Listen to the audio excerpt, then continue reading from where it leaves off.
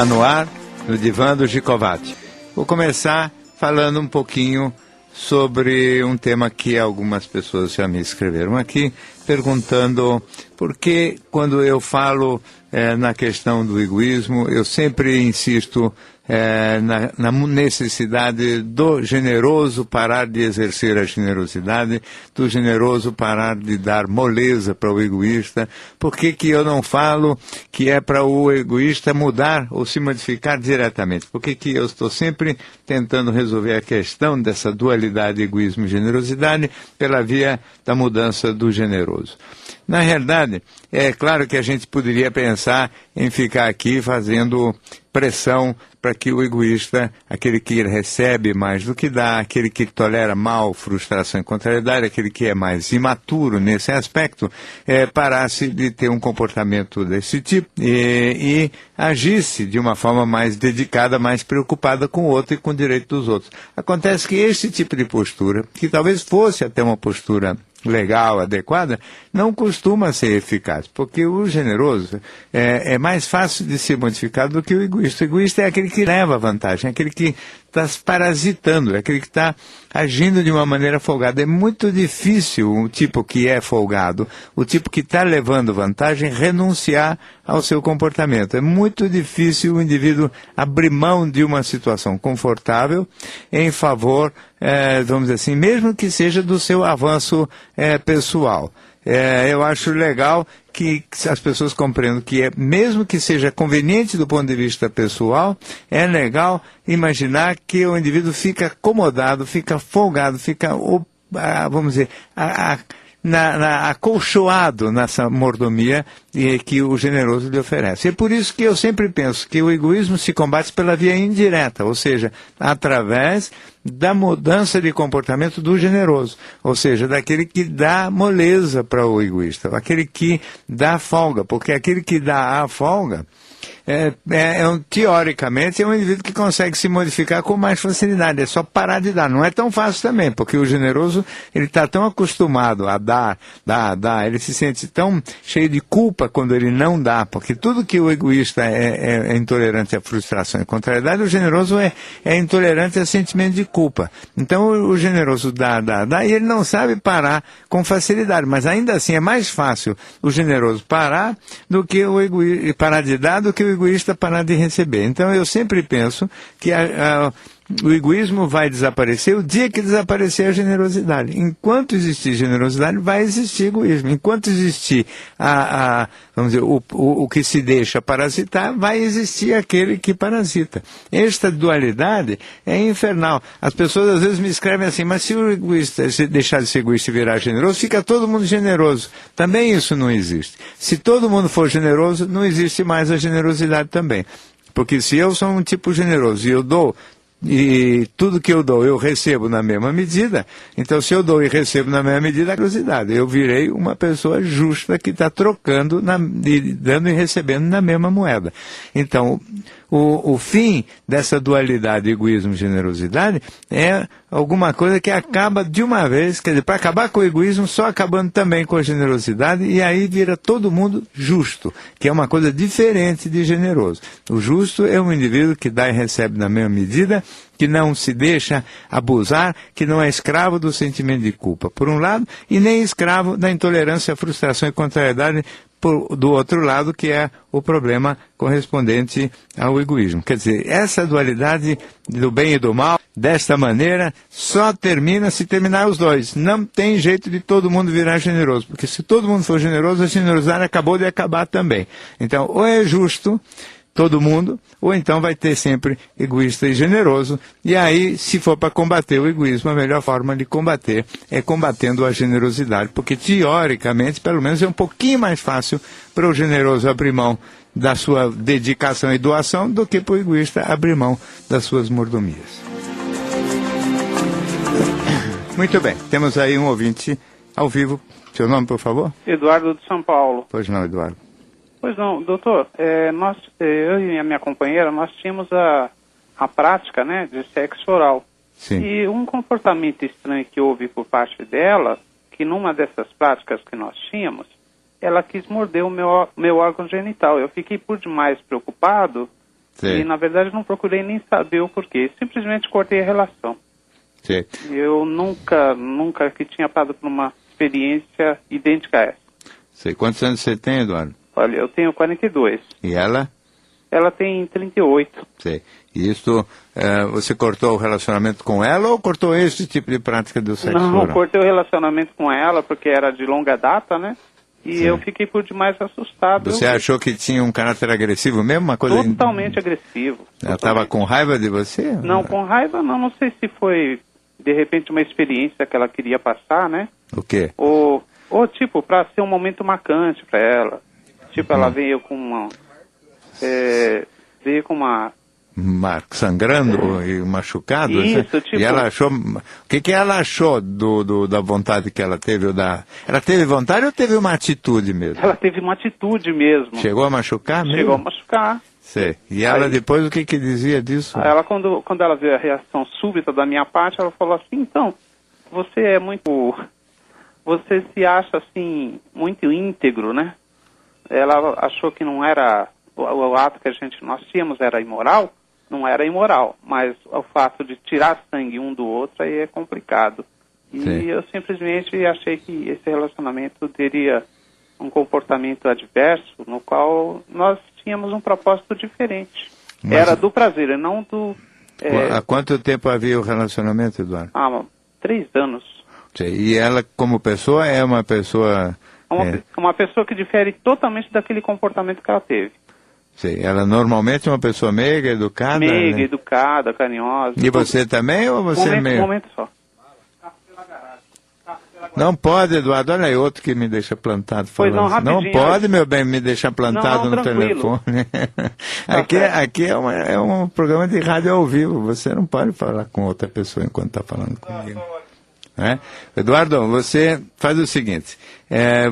Pessoalmente, eu considero que é bastante razoável o seu procedimento, quer dizer, de ficar sob suspeita o comportamento da sua namorada depois de uma ação agressiva desta natureza. É evidente também que eu estava tentando perguntar com você, quando houve essa interrupção, se existia efetivamente algum motivo de comportamento seu, não é? Que pudesse justificar esta irritação ou agressividade dela em relação a você. Mas, de todo modo, qualquer que fosse o seu comportamento e qualquer que fosse a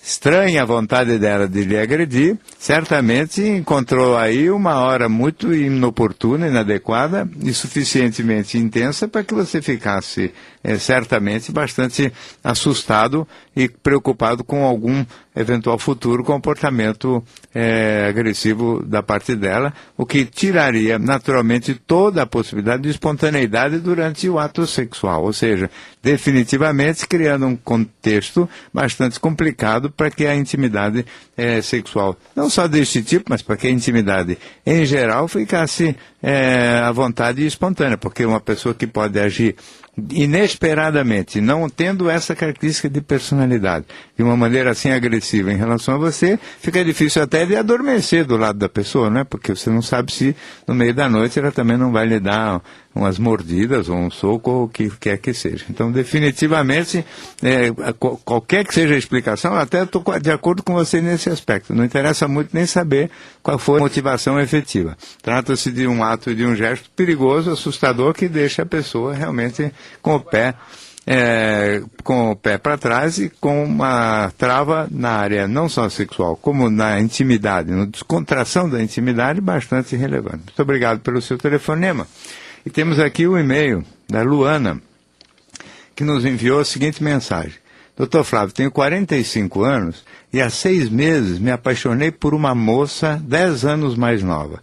Este sentimento é puro e impossível de ser ignorado. Não envolve nem requer sexo. Posso conviver bem com esse sentimento? É possível não concretizar essa relação e ainda assim ser feliz?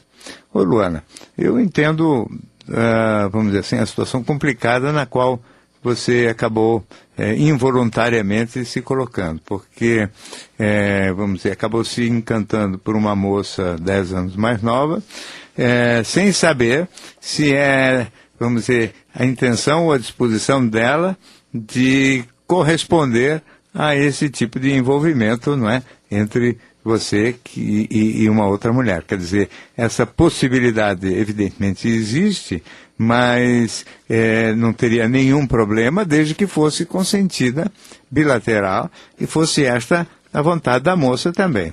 Agora, o fato de não envolver ou não requerer o sexo também me parece muito comum, uma vez que o envolvimento sentimental é muito forte e muito intenso, ele deixa o sexo claramente em segundo plano, pelo menos nesse primeiro momento da relação e do convívio.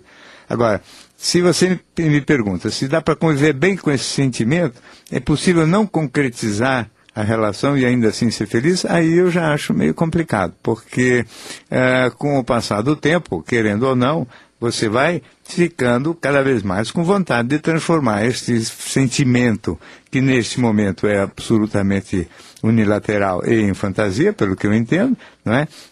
Na alguma coisa mais concreta e de preferência bilateral. Falar em amor mesmo, na minha maneira de pensar ou de ver, significa falar em correspondência, em uma coisa bilateral. Quer dizer, eu ter um sentimento, vamos dizer, de me sentir aconchegado pela presença de uma pessoa que sente mais ou menos o mesmo em relação a mim.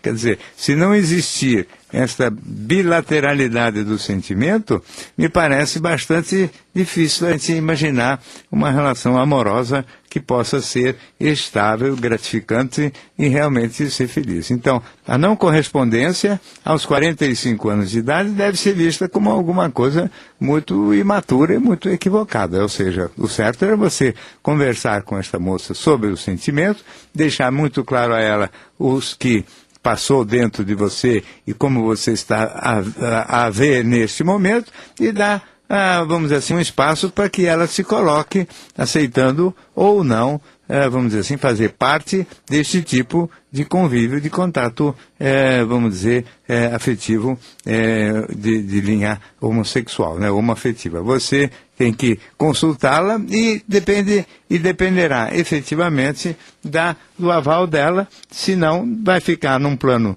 puramente unilateral, que eu penso não corresponder efetivamente ao amor maduro e, mais do que isso, inviabiliza, sim, uma felicidade no médio e longo prazo para você também. Muito obrigado pelo seu e-mail. Temos aqui o e-mail da Elisete. Dr. Gicovati, tem uma filha de 9 anos que não tem vontade de criar. Ela diz ter medo do futuro, principalmente pelas coisas que vê na TV, como, por exemplo, o caso do sequestro de Santo André. Eu tento evitar que ela assista a esse tipo de programação, mas os comentários e repercussões, infelizmente, estão sempre presentes. Eu a levei em um neuropediatra que não diagnosticou qualquer problema. O que faço para ajudar minha filha? Então, Elisete, eu penso o seguinte, você tem que imaginar o seguinte, a sua filha é provavelmente uma menina inteligente, bastante lúcida, tem sentimentos fortes, provavelmente uma criança também que tem nasceu talvez com uma clareza e com medo em boa atividade, e ela evidentemente está vendo o mundo que nos cerca, está vendo o tipo de violência e de riscos que a gente corre ao passar por esses tempos aqui na Terra. De maneira que todos os medos que ela possa estar tendo, inclusive que acabam por tirar dela toda a vontade de crescer, parecendo um pouco a Alice, que não quer crescer de jeito nenhum, que está achando melhor ser criança, dependente, etc., evidentemente são medos bastante razoáveis, pois que ela está vendo, e o que está vendo, evidentemente, fica muito aflitivo e muito assustador mesmo. O que eu penso é que talvez os meios de comunicação, em particular as televisões, talvez devessem ser um pouco pouquinho mais cautelosas na exposição desses casos, como esse, por exemplo, do sequestro recente em Santo André, sequestro seguido de morte, não é?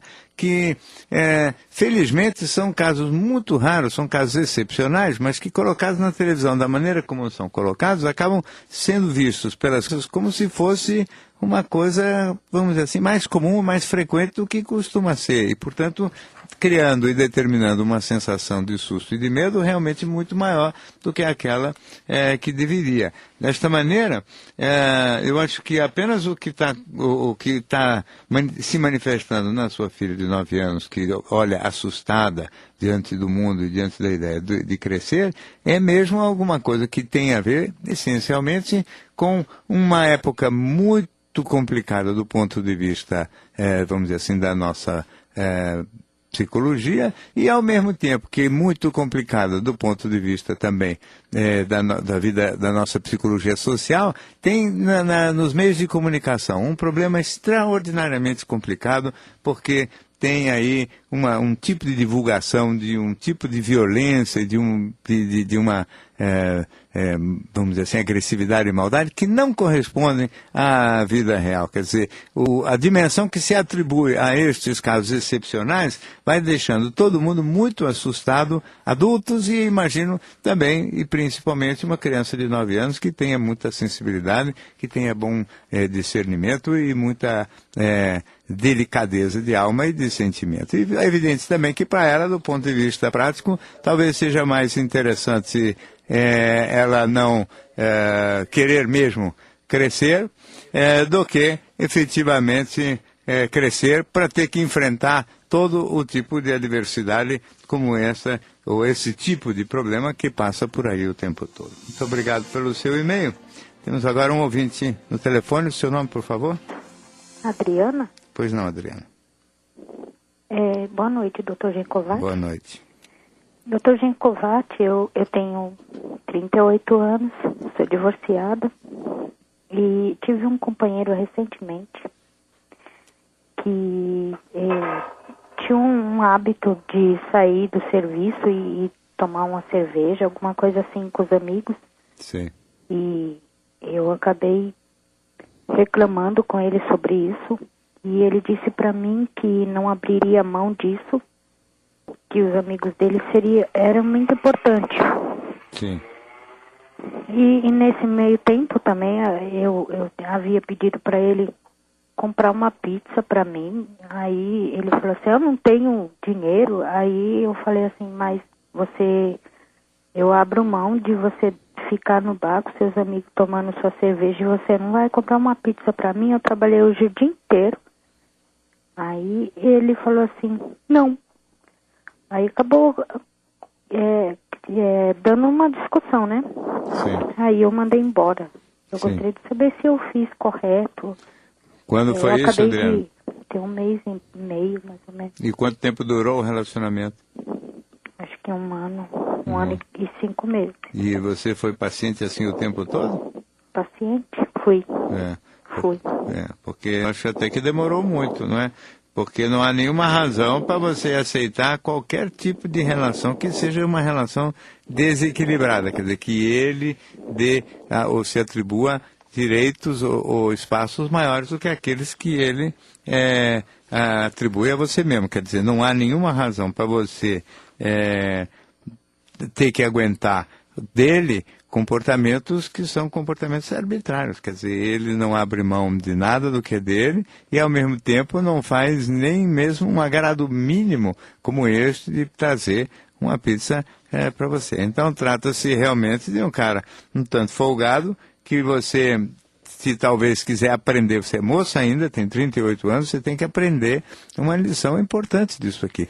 Não tem que ficar sendo tolerante com esse tipo de comportamento. Eu sempre me surpreendo, todos os dias da minha vida, na verdade, não só aqui na rádio, como na clínica, eu me surpreendo todos os dias de ver as pessoas em nome, ou supostamente em nome do amor, fazendo concessões, aguentando desaforo, aguentando arbitrariedade, aguentando aquilo que não é para aguentar, em nome de sentimento nenhum. Não tem nenhuma coisa mais importante do que o orgulho da gente, a dignidade da gente, a estima da gente. Não há nenhum sentimento, nenhuma emoção que valha mais do que isso. Qualquer comportamento deste tipo que ofenda e prejudique a gente e a intimidade e a dignidade da gente tem que ser cortado rapidamente, porque não tem menor sentido a gente ficar aguentando nada em nome de sentimento nenhum. E nem mesmo em nome do pavor de ficar sozinho, porque sozinho não é tão grave. Sozinho não é nada grave ficar. Ficar mal acompanhado por alguém que está agindo de uma maneira ofensiva e humilhante é muito mais grave do que ficar sozinho. De todo modo, muito obrigado pelo seu telefonema. Temos aqui um e-mail da Luciana, que nos escreveu o seguinte: Dr. Gicovati, apesar de casado há 7 anos, não tenho vontade de fazer sexo. Meu marido tem total liberdade para se relacionar com outras mulheres, mas ele se sente perturbado com isso. Eu simplesmente não tenho vontade e me sinto feliz assim, mas as pessoas mais próximas com quem converso não acham isso normal. Tenho alguma doença? Devo procurar ajuda? Ô, Luciana, difícil falar. Na realidade, eu não saberia dizer se é uma doença. Se você deve procurar ajuda, também não saberia dizer. Você é que tem que saber se é do seu gosto, se é vontade sua, efetivamente ir buscar uma ajuda psicológica para tentar entender. Não porque você não sente, vamos dizer assim, desejo, porque esse desejo muito forte, intenso, ativo, é muito mais da natureza masculina do que feminina. Mas as mulheres, quando elas estão bem, inclusive com os seus maridos, elas trazem em ser, vamos dizer, acariciadas, elas têm prazer nas trocas tácteis, nas trocas de carícias eróticas. E elas têm também muito prazer em agradar os seus maridos, agradar os seus parceiros amados. E aqui, me parece que você não só não tem vontade de ter nenhum tipo de intimidade sexual com o seu marido, como também não tem a menor vontade de agradá-lo. Ou seja, você libera ele para que ele saia com outras mulheres, mas vontade de agradá-lo nesta área também parece que não existe em você.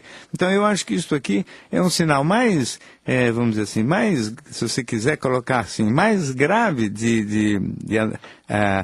vamos dizer, de má vontade, de mau gosto no convívio, do que efetivamente o fato de você não ter grande vontade sexual, mas você não tem também vontade de agradar o seu marido, que é um parceiro com o qual, de todo modo, você está vivendo, não é, há 7 anos e não tem, pelo que eu entendi aqui, não tem nenhuma revolta grave, nem nenhuma raiva em particular do seu marido para que isto se justifique, essa má vontade em ser uma pessoa agradável e cuidar dele. Você prefere terceirizar este cuidado e que outras mulheres cuidem dele, o que evidentemente pode deixar mesmo ele muito perturbado e muito até, em vez de gratificado ou feliz com isso, rejeitado e desprestigiado. Quer dizer, parece que você está querendo mais do que tudo se livrar dele e não realmente dar liberdade para ele buscar fora aquilo que ele não está tendo dentro de casa. Eu realmente acho que seria o caso, sim, de você buscar um tipo de aconselhamento psicológico e tentar conhecer melhor em você mesma a razão de tamanha má vontade em relação ao sexo e principalmente em relação a agradar o seu marido. Muito obrigado pelo seu e-mail. Temos aqui um e-mail de um ouvinte que prefere não se identificar. Dr. Gicovati, tenho 54 anos e há 6 anos, já separada, conheci outro homem pelo qual me apaixonei perdidamente. Nós já não estamos juntos e, curiosamente, desde que nos separamos, não sinto desejo sexual. Antes eu até me autossatisfazia estando ele comigo ou não. Hoje, nem isso. Sinto um vazio profundo e não consigo pensar em ter outra pessoa. Será que estou com algum tipo de bloqueio? O que devo fazer? Então, minha cara ouvinte, é evidente que aos 54, você tem aí uma idade onde podem existir também algumas dificuldades ligadas às questões hormonais. todo o que tem a ver com essa fase da vida pode alterar um pouco a concentração de estrógeno por causa já do envelhecimento dos ovários e fim das menstruações, e com isso pode haver uma certa diminuição do entusiasmo ou do interesse sexual. Aqui você também teve, pelo que eu entendo, uma decepção sentimental mais ou menos intensa. Não sei exatamente quais foram as condições que levaram à separação, mas de todo modo deve ter sido, se você estava perdidamente apaixonado e a partir daí, depois da separação, não teve mais nenhum outro interesse, nem mesmo em se masturbar, então evidentemente que você ficou um tanto decepcionada com a sua vida sentimental, talvez com os homens e nem mesmo em condições de ter algum tipo de fantasia erótica capaz de ativar a masturbação. Mas o que eu acho mesmo é que você deveria, em primeiro lugar, buscar um aconselhamento médico, quer dizer, com o ginecologista, para ver se seu organismo sofreu algum tipo de alteração, ou no ovário, ou mesmo na tireoide, enfim, coisas que não são raras nessa fase da vida, e ver se existe ou não alguma razão orgânica para esta diminuição do entusiasmo. Se não existir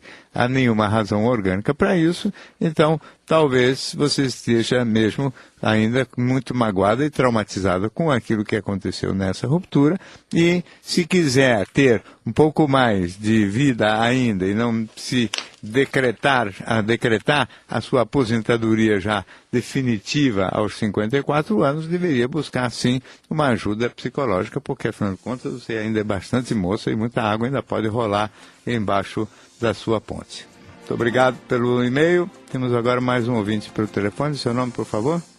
Manuel. Pois não, Manuel. Viu, doutor? É o seguinte, eu queria saber do senhor, se no caso há pessoas que não está podendo sair para ter relações fora, no meu caso, que a mulher não está com problema. Quantos anos você tem, Manuel? 69. Você tem 69? E a mulher está com problema em... Ela está com problema que não está podendo ter relações, né? Por quê? Acho que é uns problemas que ela tem, e ela vai lá, fala se não está podendo, faz tudo bem. Agora, eu não queria ficar procurando assim, a gente procura de vez em quando, mas é ruim, né, extraconjugal, né? Sim. Eu queria saber se masturbar é muito perigoso, assim, 2, 3 vezes por semana, se é ruim ou se não pode, como é que pode? Sim. Não, então, Manuel, você normalmente durante a vida você se masturbou sempre ou não? De vez em quando, né? De vez em quando, mas eu vejo falar que faz mal, que é perigoso. Imagina. Você sabe que se fizesse mal, você já tinha ficado doente há mais tempo, né? Porque todo mundo, todos os homens, desde a puberdade até o fim da vida, de vez em quando se masturbam. Certo. A verdade é que antigamente, por razões de puro preconceito, né? Inclusive preconceito de natureza religiosa, certo. se dizia que a masturbação faz mal à saúde. Né? Diziam coisas incríveis, que certo. crescia pelo na palma da mão, que falava isso mesmo. Então, que crescia os seios, um dos 2 seios do homem só. Enfim, um monte de coisas para assustar os meninos, mas certo. Nem assim os meninos pararam nunca de se masturbar. Eu masturbava muito. Só que...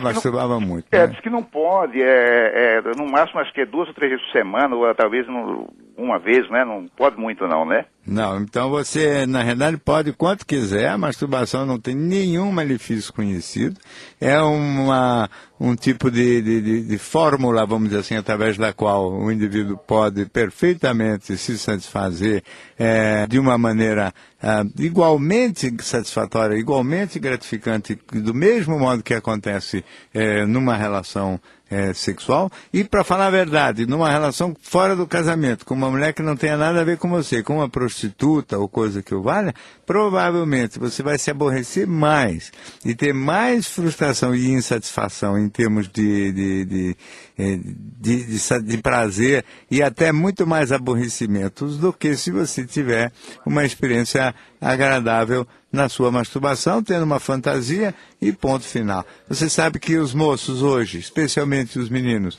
eles que não cresceram mais nesse clima de preconceito, eles se masturbam com muita frequência e com muita facilidade, se valem de um material pornográfico enorme que existe na internet, que existe nos cinemas, e é um material que foi feito basicamente para estimular a fantasia masculina, e é certamente uma coisa que tem levado os jovens, os meninos mais jovens, a ter franca preferência pela masturbação em vez de sair com prostitutas ou com mulheres com as quais eles não têm nada a ver do ponto de vista sentimental. Quer dizer, a tendência hoje no mundo é esta: ou a relação sexual com alguém que tenha mais do que só o sexo envolvido e, portanto, alguma coisa que tenha a ver basicamente também com sentimentos e com amizade, intimidade, ou então a busca muito mais gratificante de relações, vamos dizer, em fantasia, na qual você inventa a história termina no ponto que você quer, os aborrecimentos de ter que ficar junto com uma pessoa que não tem nada a ver, depois de ter tido a satisfação plena do desejo sexual, como acontece com os homens depois que ejaculam. Então, vai firme, masturba quanto quiser, não tem limite, não tem quantidade, nem qualidade, nem nada. O que você quiser fazer, mal para a saúde, eu lhe garanto que não faz. E faz bem para a cabeça também. Muito obrigado pelo seu telefonema. Temos outro ouvinte na linha. Seu nome, por favor? Alaor. Alaor, pois não. Doutor, eu tenho 42 anos, eu tenho um filho de 6 anos, eu tenho, assim, uma dúvida, né? Sim. Eu sou muito amoroso com esse meu filho. Eu beijo muito o meu filho, porque ele é uma pessoa, é um filho muito obediente, né? É o único filho seu ou não? O único filho. Tem um casamento estabelecido há mais de 15 anos. Sim. E eu gosto muito de abraçá-lo, muito de beijá-lo, né? Sim. Eu fico com medo, assim, se eu posso incentivá-lo ao homossexualismo, entendeu? Mas no futuro eu posso incentivar isso, ele procurar esse carinho com outros homens. Então, esse também, Alaor, era um temor que os homens tinham muito no passado, não é? Você sabe que na minha geração, eu tenho 65 anos, na minha geração os pais, por exemplo, não abraçavam e beijavam os filhos justamente por medo de estarem contaminando eles com estímulos eróticos de natureza homossexual, como você está falando, né? Que eu não lembro isso aí também com meu pai fazendo isso. Não, né? Mas não faziam mesmo, né? Porque tinham essa ideia de que a ternura, que o carinho e o tesão eram coisas muito parecidas e parte do mesmo pacote, do mesmo sentimento. Não é essa mais a maneira como a gente pensa sobre isso hoje, né? E acho que hoje é muito claro as pessoas conseguirem separar ternura de tesão. E claro que você tem em relação a esse seu filho, que parece ser um menino muito legal, né? É maravilhoso. Então, a gente tem mesmo ainda mais que você também já tem 40 e tantos anos. 42. Teve filho com 36 anos, portanto, já não era mais nenhum moleque, não é? Correto. Então você se apega muito a ele, porque ele é um carinha legal, que você desenvolve aquele carinho, aquela coisa forte, que aliás a gente tem também por filha, também tem por um animal de estimação, é tudo a mesma coisa. A gente tem ali uma contrapartida amorosa, né? E é tudo puramente sentimental, não tem nada a ver com um elemento, vamos dizer, erótico ou sexual. Então, na realidade, se trata de uma criança carinhosa também, uma criança boa, e é uma criança que desperta em você ternura. E essa ternura não tem absolutamente nada a ver com sexualidade. É o contrário, um menino que cresce assim, numa relação positiva com a figura paterna, provavelmente vai crescer sem nenhum problema na área sentimental, sem nenhum problema na área da vida sexual no futuro também. Quer dizer, na verdade, o seu filho é um abençoado, um favorecido por um bom temperamento e também favorecido por ter dentro desse ambiente familiar esse clima de carinho, de aconchego e principalmente esse tipo de boa relação com a figura paterna, que certamente só vai lhe render ótimos dividendos e que dificilmente vai implicar em qualquer tipo de dificuldade sentimental ou sexual na vida adulta dele. Não tenha nenhum problema, nenhum pudor em ser muito carinhoso com o menino, desde que ele mereça realmente esse comportamento. O que não é bom é superproteger, fabricar criança mimada e folgada. Mas você ser carinhoso com um menino que merece isso, não tem problema nenhum. E carinho de ternura não se mistura e nem compete e nem estimula nada ligado à vida erótica e não tem nada, absolutamente nada a ver com homossexualidade. A homossexualidade masculina, se tem a ver com alguma coisa, é com o inverso, com figura paterna brava, grosseira, pai que bate, clima de agressividade e não clima de pai e filho. Relaxa, descontrai e curte esse presente que você teve, que foi o de ter um filho assim legal. Muito obrigado pelo seu telefonema. Mais um ouvinte no telefone, seu nome, por favor? Kátia. Pois não, Kátia. Boa noite, doutor. Boa noite. Eu tive um relacionamento de 1 ano, né? Quantos anos você tem, Kátia? 43. Pois não. E ele, assim, do nada, a gente tinha um relacionamento muito bom. Ele chegou pra mim e disse que tinha necessidade de estar sozinho, né? De ter um tempo pra ele sozinho e que o problema não era ele e tal, mas que ele queria terminar o nosso relacionamento. E assim, eu li um livro do senhor, onde o senhor dizia que às vezes tem pessoas que, por medo de ser feliz, acabam abrindo mão de algum relacionamento, né? E eu fiquei pensando em relação a isso, né? Se é por isso, porque a gente tinha um relacionamento tão bom e, de repente, ele achou que tinha que ficar sozinho, né? Sim. Porque de um relacionamento para o outro, antes dele estar comigo, ele teve um relacionamento que depois de um mês ele já estava namorando comigo. E ele disse assim, que ele não deu um tempo para ele de um relacionamento para outro, né? Sim. Que ele preferiu ficar sozinho, que o problema não era eu. Quanto tempo faz, Kátia, que isso aconteceu? Faz 1 mês. E nesse tempo ele está sozinho mesmo? Ou você não sabe? Não, eu tenho conversado com ele diz que está sozinho. E eu senti sinceridade da parte dele. Sim. Não soube de ele estar com ninguém, não. Sim. Então, não é impossível que realmente o que tenha estado em jogo é isso mesmo. Quer dizer, a vontade dele de ficar,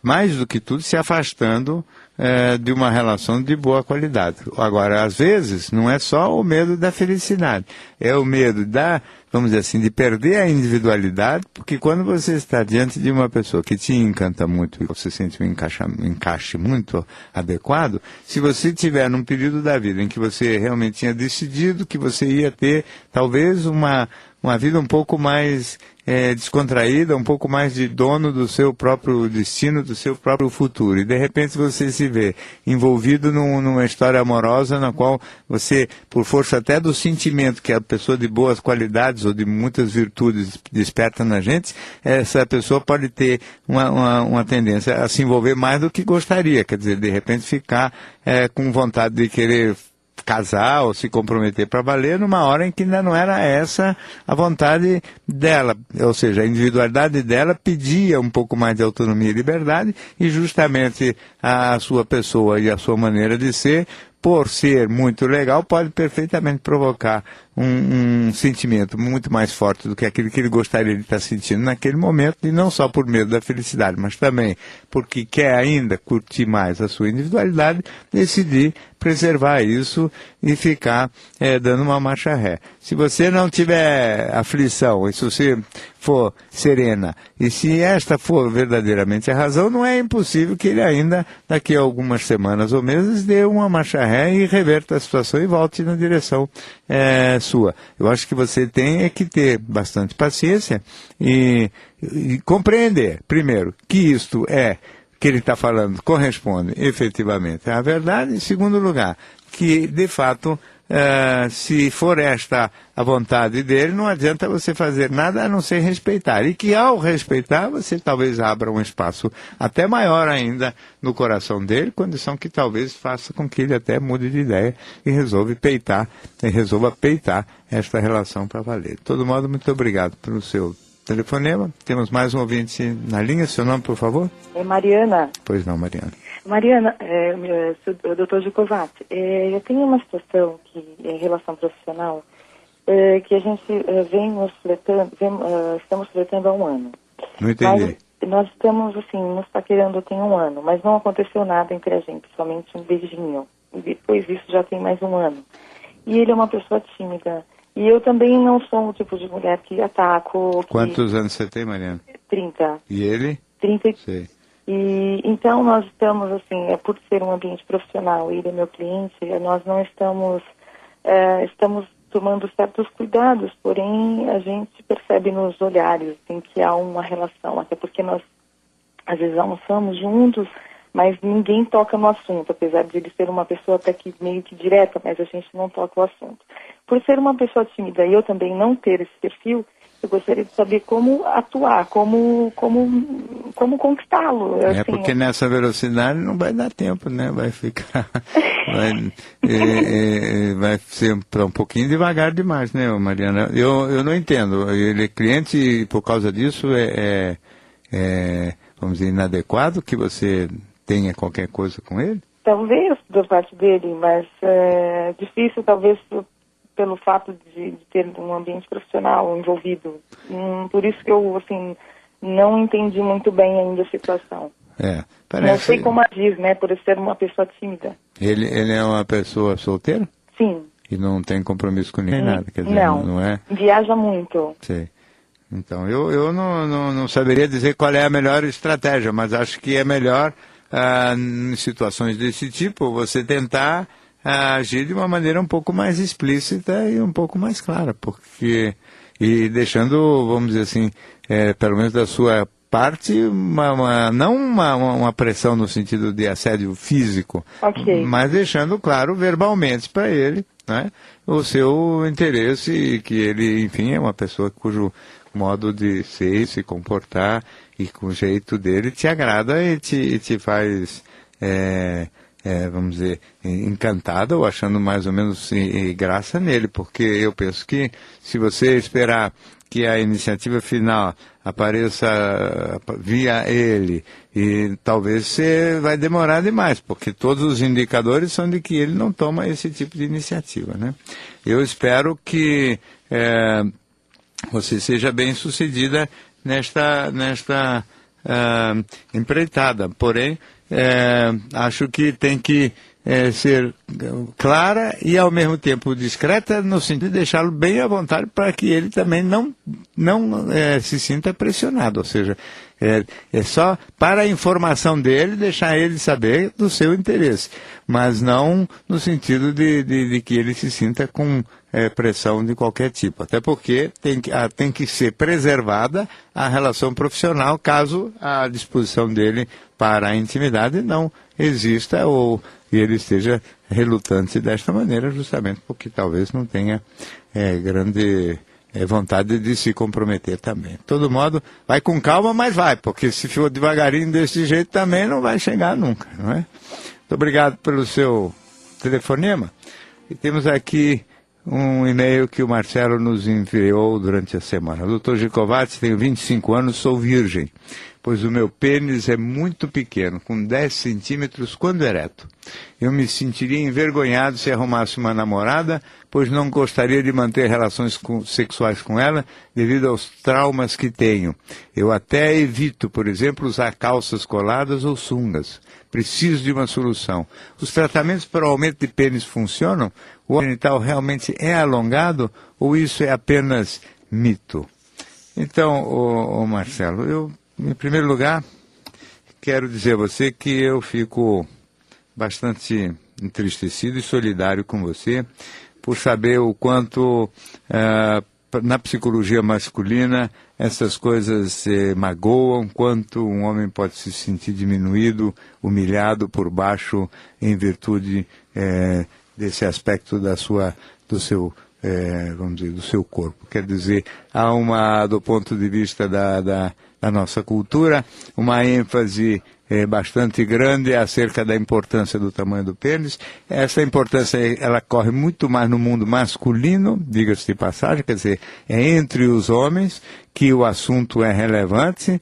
Esse é muito pequeno, também não é tão pequeno assim. A média, vamos dizer assim, das pessoas tem um pênis entre 12 e 14 centímetros quando ereto. Você tem 10 centímetros, não é nenhuma diferença tão monumental, nada que realmente fosse problemático efetivamente, a não ser na sua mente, na sua cabeça, na construção da sua história, no clube, se algum menino se você foi tomar banho no clube e foi objeto de deboche, brincadeira dos outros meninos, essas coisas que tanto magoam, que tanto entristecem e que evidentemente deixam a gente com uma sensação de inferioridade, de diminuição, de vergonha, de constrangimento e sem coragem sequer para abordar uma mulher.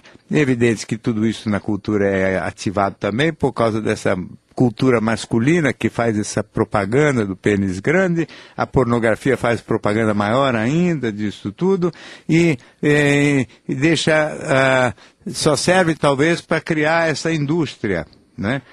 De produtos e equipamentos que teriam por objetivo o alongamento do pênis. Que eu saiba, e do quanto eu pude me informar, depois que recebi o seu e-mail, fui tentar me informar, não existem técnicas seguras, recursos seguros e comprovados para o alongamento do pênis. Quer dizer, é tudo muito mais, não sei nem se mito, mas talvez mais oportunismo e uma coisa de caráter comercial, mais do que efetivamente uma coisa científica ou uma estratégia comprovada. Agora, a boa notícia.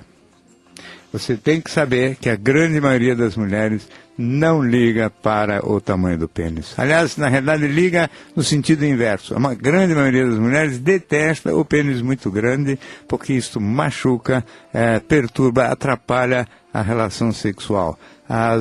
O universo, por exemplo, da homossexualidade feminina é um universo perfeitamente gratificante, onde duas mulheres se satisfazem perfeitamente por toques e por manipulação e por sexo oral, sem nenhum tipo de interferência do pênis. De maneira que o pênis é um problema muito mais dos homens com os outros homens do que dos homens com as mulheres. Se você tiver coragem de ter uma namorada, chegar nela, explicar os seus problemas, seus conflitos e suas inseguranças, e ela for uma criatura legal, você pode ter certeza que vai encontrar nela uma parceira solidária e que todos os seus problemas vão se resolver com muito mais eficiência do que através de qualquer recurso cirúrgico arriscado e absolutamente desnecessário para o alongamento do pênis. No Divã do Gicovati tem produção de Alessandra Dias, Camila Campanerucci, Diego Matoso e Michele Trombelli. Os trabalhos técnicos de hoje foram de Altino Moreira, a direção nacional de jornalismo é de Marisa Tavares. Boa noite.